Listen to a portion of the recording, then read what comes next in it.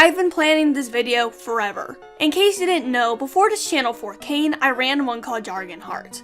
Jargon Heart, like this channel, produced work has and Wings of Fire animations with the occasional talk about it.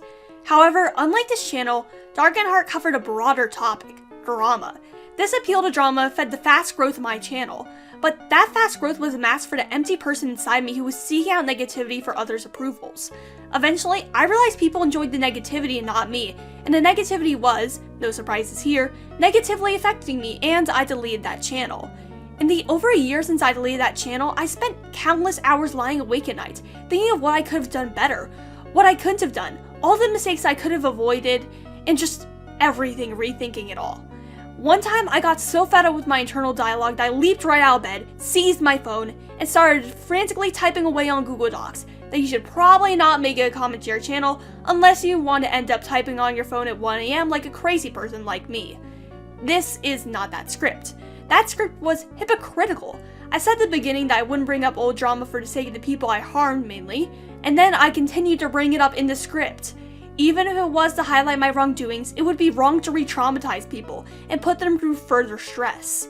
I decided to cut all the fat off that video and skip straight to the meat. So here it is. The methods I learned on how to make a commentary channel and how to break one. This video is not going to be a straight up don't make a commentary channel. That was a very catchy title I've had in my head for a while now, so I may have decided to use it. It depends on when I publish this. This video will just be damage prevention and just me sharing my experiences. I will also be using drama as a broad phrase here. I understand there are a lot of things that shouldn't be under the label drama, but they are reported as such, and it's much more convenient to say drama than saying drama in other more serious topics. This first section is for people who are probably going to make commentary videos anyways, or people who are making callout documents. This contains pretty much all the errors I regularly see on commentary things, and I've started making this list because drama's pissing me off because people don't know how to format their callouts. And this is just all the mistakes I commonly see. And let's start with the first one. Not taking the time to research is the largest problem. A lot of drama seems fast, things are constantly happening, and you've got to jump on the hype train or be left behind. However, drama is something that must be handled delicately. There's a good phrase, a delayed game is eventually good, but a rushed game is forever bad. This applies to commentary as well. At the end of the day, if you preserve all the docs and images in the case right, cases should not have an expiry date. As long as you have a fresh perspective, people will be fine with you giving your 2 cents. The problem starts to come in when you start making 7 videos on the same person, or when the drama is expired enough that scene is digging it up, such as making videos on the Toby drama at this date without connecting it to a more modern drama to make a point. It can also be an advantage to hang back for a while. I can't count how many times the entire world has seemed to be against someone until they release a key bit of evidence that disproves the entire thing. It's best to wait back and get it right, than to rush in to the drama to capitalize on views and get everything incredibly wrong. After that, we have the fact that something should be handled in private, simple as that. You don't need to make videos on someone for tracing your art one time, because those are often kids. You don't need to make videos on friendship drama. I actually once fell to this and made a video on someone for making one racist comment. Yes, one racist joke is bad, however, I didn't have a pattern activity to prove that they were racist. They were also minor, around the same age as me at the time, but that doesn't justify me making a video on them. Part of the reason you make a video is impact. If someone only has 100 subscribers, what impact do you really think you are having? This can include bad people who have been deplatformed. I once deplatformed a real danger to children and they kept on popping up. But I don't keep on doing callouts on them, and I handle it privately, DMing the hosts of maps they try to join with evidence. So far, this method has worked well. And also, sometimes things aren't even large enough to make a callout about, and you will be making a mountain out of a wormhole, such as pointing out guilt by association, or them tracing background objects that aren't even important in the shot of animation from stock images. Next, what I call the zoo file tracing effect. I don't think there's a really solid term for this, but I've seen it so many times in callouts and it really grinds my gears. This effect is when there are serious allegations in a callout, which also have less serious things put in the callout, like say, tracing, stealing designs, or liking a controversial fandom. Not only does this downplay the seriousness of the actually harmful stuff, but it also sounds like you are elevating the less serious things to the same level. It also detracts from the more serious aspects of the drama.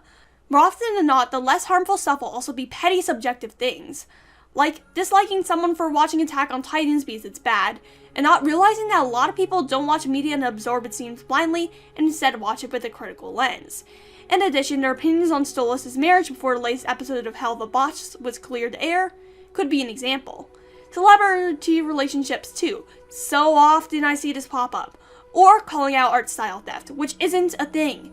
If it is a thing, please arrest me. I've stolen so many art styles because of my insane imposter syndrome. Let me add here that another reason that subjective stuff can be bad is because, well, it's subjective. Depending on the reader or watcher of the video / callout document, it could be like, why are you even putting this in here? It's not that bad. And it will cause them to disregard the rest of your document even if you are making good points. Now on to the next thing. An unsolvable problem with drama videos is that there is a definitive lack of context. There are always things that play behind the scenes that you have no possible way of knowing about, because not every waking moment of someone's life takes place online. For example, someone who draws quote-unquote romanticized drawings of them self-harming could suffer from body dysmorphia. Someone who attacks their friends online could have any number of disorders that are not controlled. Someone who took controversial commissions could have financial instability or lack a good source of income which forced them to make money the only way they knew how. So with every situation, handle with care. There might be a reason why they are acting the way they are. While it doesn't excuse it most of the time, it at least explains their actions. So this was mostly times not to make a video, but when should you make a video? The answer is simple: when there's a repeated pattern of harmful behavior you can see continuing into the future. I'm gonna name drop here because I feel like this situation is perfect and it is personal to me, but back in 2021, I made a call out on the infamous YouTuber Marka180 for drawing things that seemed to me as a Jew to be Nazi sympathetic. I recommend watching Crying Blossoms series on the situation for further context. This was something going back months, if not years, and before this point, there had been pretty much zero larger call out videos on them. I called them out and they are still doing the stuff they were called out to this day, thus proving my insight about their pattern of behavior to be correct. Here's some additional tips for your channel. This is where all the call out stuff stops temporarily. Number 1, find a niche and stick to it. Mine was furry commentary. It helps your viewers know what to expect from you, and you'll also be more familiar with what you are covering and less likely to get things wrong. Number 2, try and create cement rules. I 3, no attacking channels way smaller than mine, no attacking minors, and no tracing drama. I broke 2 out of the 3 of those, but I tried. Number 3, wait a certain number of days between scripting and editing for new information to come to life. These days should be your recording days. Number 4, have some time offline and touch grass, seriously. It may be easy to feel like if you don't call out Lucifer Cat 444, the world may come to an end. But once you are more grounded, you might get a new perspective and see it's not that serious.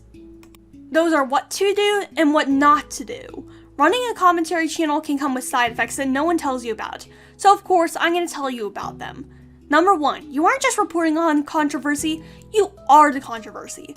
When people come to your videos, they aren't just observing what you are reporting, but also observing you yourself. If you act disinterested, people are going to notice that. If you talk fast, people are going to critique that like there's no tomorrow. In addition, by making a video on something, you are effectively inserting yourself into the drama and literally becoming the controversy, because you are sharing your opinion on it.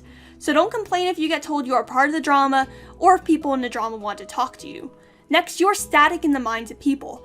A lot of people refuse to believe and accept that people can change and grow, which is, by the way, something you need to take into account when you make your videos, especially if your evidence is years old and not part of a pattern of behavior.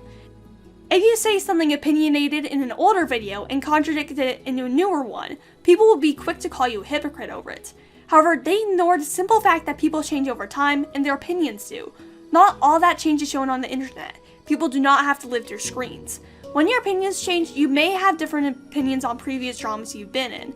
This happened a lot with me as I've changed over the past year where I haven't managed my channel Dargenheart and I deleted it. And you may want to correct yourself in your old opinions. However, you don't want to dig up the old situation because you don't want to put anyone through any more stress. So instead, you remain static because you just don't know what to do. Or maybe that's just me. It likely is just me. Anyone have solutions for that? Anyways, after that, we have the fact that everyone will look up to you. This may sound like a good thing at first until people start PMing you about friendship drama, and about how Space Dog 182 stole dops from them and needs a video put on them right now! Even if you quit doing drama at some point, people will still PM you asking for your opinions. Though I was just a channel of 6,000 subscribers, for a solid month after deleting my channel, I was still getting PMs asking me to look through drama for them. There's also stakes here. If a person feels comfortable enough to DM you, your word likely holds some sway over them. This means you have to reach the right conclusion or someone will end up crucified. People also feel like since they watch your videos, they will know you, and they will DM you not just about drama, but about a variety of other things. I've seen people using the DMs of others as journals before. That's creepy. There's also a large amount of pressure to conform. This applies when it comes to the opinions of dramas. A lot of people see situations as black and white, victim and perpetrator, when simply this is not the case. People contain multitudes. You have to think that red is good and blue is bad, but you can't acknowledge that purple is a good color without people telling you that you hate red because of that, and are justifying blue's poor behavior. This lack of nuance can get you easily branded as someone who supports the quote-unquote wrong side. They might think you are white knighting for someone genuinely dangerous, when you're just disproving misinformation. And lastly, most importantly in my opinion, drama can have physical side effects on your body. I know this sounds crazy, however there's a real scientific phenomenon known as psychosomatics where this happens. Being in drama makes you anxious obviously, and so if you're reporting on drama it will affect your health. The most common symptoms I've noticed myself are anxiety, tunnel vision, loss of appetite to the point I sometimes couldn't, or rather, can't eat after I've read a drama document I'm invested in. The effects of drama sickness may get even worse if you have a mental disorder such as anxiety or OCD. It can also be worse if you have a physical one, like celiac or diabetes. There are tons of other symptoms I've heard of such as anxiety attacks, asthma attacks, and even some things that you never think your mental health could affect, but do. Our final subject is the complete opposite of the last one. Now, instead of talking about you, we are going to be talking about everyone else. This is something that should be obvious, but people have different opinions. As mentioned earlier, situations can be subjective. I used less serious situations, but this also applies to serious situations too. A large example of this is fictional taboos such as age gaps or feral artwork. People tend to have different comfort levels surrounding these things. So don't try and make any definitive labels or jump the shark by saying someone is a pedo for shipping someone with an age gap, and instead just stick to reporting they are shipping an age gap. One of the largest motivations for making a commentary channel is to want to see people change and improve. However, it's okay for people to disagree with you, as long as they are not hurting someone or you are not hurting someone. No matter how much you try to debate someone, it still may not change their opinions, and that's fine. Just block, move on, and stay on the separate side of the fandom. I've done this 1,000 times. No need for a call-out post.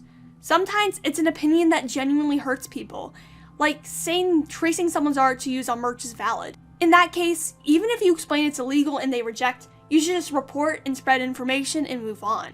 It's not your divine duty to save everyone. People will reject you, even if you have their best ideals in mind. Like Amy and Tammy from 1,000-Pound Sisters. I've been on that side of the river before. When dealing with people like what I used to be like, sometimes the best thing to do is sigh and move on. When you run a drama channel, especially a larger one like I did, your word carries weight, and can affect the people around you a lot. You need to remember that while the videos you make may have been part of your life when you're producing them, for the people you make videos on, the effects can last a lifetime. Once you make a video on someone, no matter how fast you delete it, no matter how long ago it was, no matter what you tried to do to counteract the misinformation that you once spread, the information you put in your video will still be out there. This can be good in cases where a person groomed a child, but if you ever get anything wrong in a video you make, that will then circle around the internet forever. And whenever you see it, you just have to cringe because you know this is wrong. So before you ever make a video, think of the worst case scenario first. You have to remember that just like you, the person on the other side of the screen who you are making the video on likely had lunch. They have emotions. They can suffer from the same things you suffer from. Art drama commentary isn't supposed to be about you. It's not supposed to be about getting the highest views. It's supposed to be about helping people, warning them of dangers. If you ever find yourself not thinking that's supposed to be about helping people, like you need to make videos and get views instead of warning people, you need to quit drama. Your heart is not in the right place. Making videos from an education perspective can be like a balancing act. On one end, you want to warn people on dangers. On the other end, there's the unrest you stir and the long-lasting consequences for all parties involved. Before you get started on making a video, think of that. Are you doing what is right for the victims in the situation? And are you sure you know who the victims are? I can't stress this enough. You have an impact. You can change your life and other people's lives. It is your choice whether this is good and bad. And you might not even realize it until years down the line that a lot of the good you thought you did was bad. So be careful. In that vein, I'm sorry to anyone I hurt back when I made art commentary videos, and even since then. In the videos, I was horrible. I went with the public opinion a lot of the time and failed to make my own. I looked at what people put in the docs, but not the context surrounding it. I spread misinformation. I once knew I'd fallen for the sunken hole fallacy and continued down that path. Even when others tried to correct me, I lashed out against them and was quick to mischaracterize. I jumped the shark on so many occasions I might as well be a bird. I made all of the mistakes I mentioned in this video. To this day, people are suffering from them. That's why I made this, so that no one will do the same things I did, and a lot of people can be spared from the pain of art commentary in general, people involved in the drama and the people reporting on it. Nowadays, I try to stay away from drama as much as possible, in part because I don't trust myself not to make myself sick, in part because I like to sleep on big decisions, and I've decided getting into drama is a big decision, and often in the morning drama seems less serious, and in part because it's simply not worth it. I hope all listeners will take what I said to heart. I learned all of these things the hard way, and many people, including myself, suffered to gain that knowledge.